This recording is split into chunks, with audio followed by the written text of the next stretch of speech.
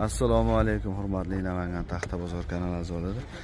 Namangan viloyati Uchqo'rg'on tumaniga 6 metrli straplar olishdi.